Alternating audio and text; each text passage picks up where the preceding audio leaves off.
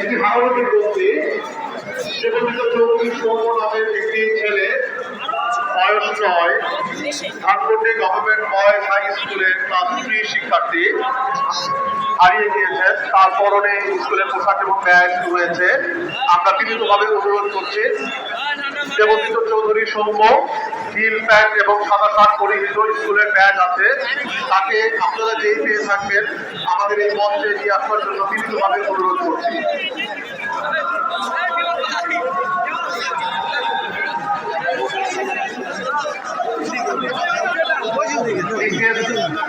অ্যাসোসিয়েশনের পক্ষে সভাপতি ব্যারিস্টার মুন্তাসির বিল্লাহ ফারুকী, মহাসচিব জনাব ওয়াহিদুল হাসান, সৈয়দ ওয়াহিদুল হাসান বিসিএস ট্যাক্সেশন অ্যাসোসিয়েশনের পক্ষে পুষ্পাঞ্জলি অর্পণ করবেন।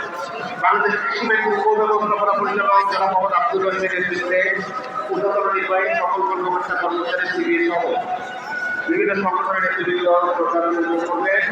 এছাড়া বাংলাদেশ কৃষি ব্যাংকের উপব্যবস্থাপনা পরিচালক বাংলাদেশ কৃষি ব্যাংকের উপব্যবস্থাপনা পরিচালক মোহাম্মদ আব্দুল রহিম এবং উপব্যবস্থাপনা পরিচালক খানি কলেজের নেতৃত্বে ঊর্ধ্বতন নির্বাহী সকল কর্মকর্তা কর্মচারী সিবিএ সহ বিভিন্ন সংগঠনের নেতৃবৃন্দ শ্রদ্ধার্ঘ্য নিবেদন করবেন।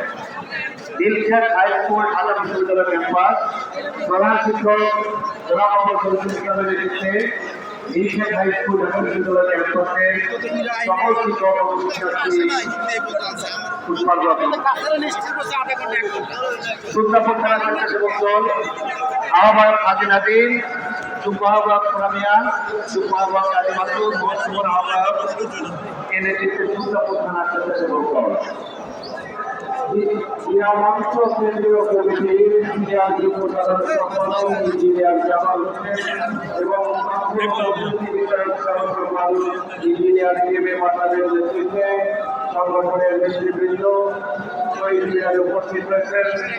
ভাষা শহীদের নিবেদনের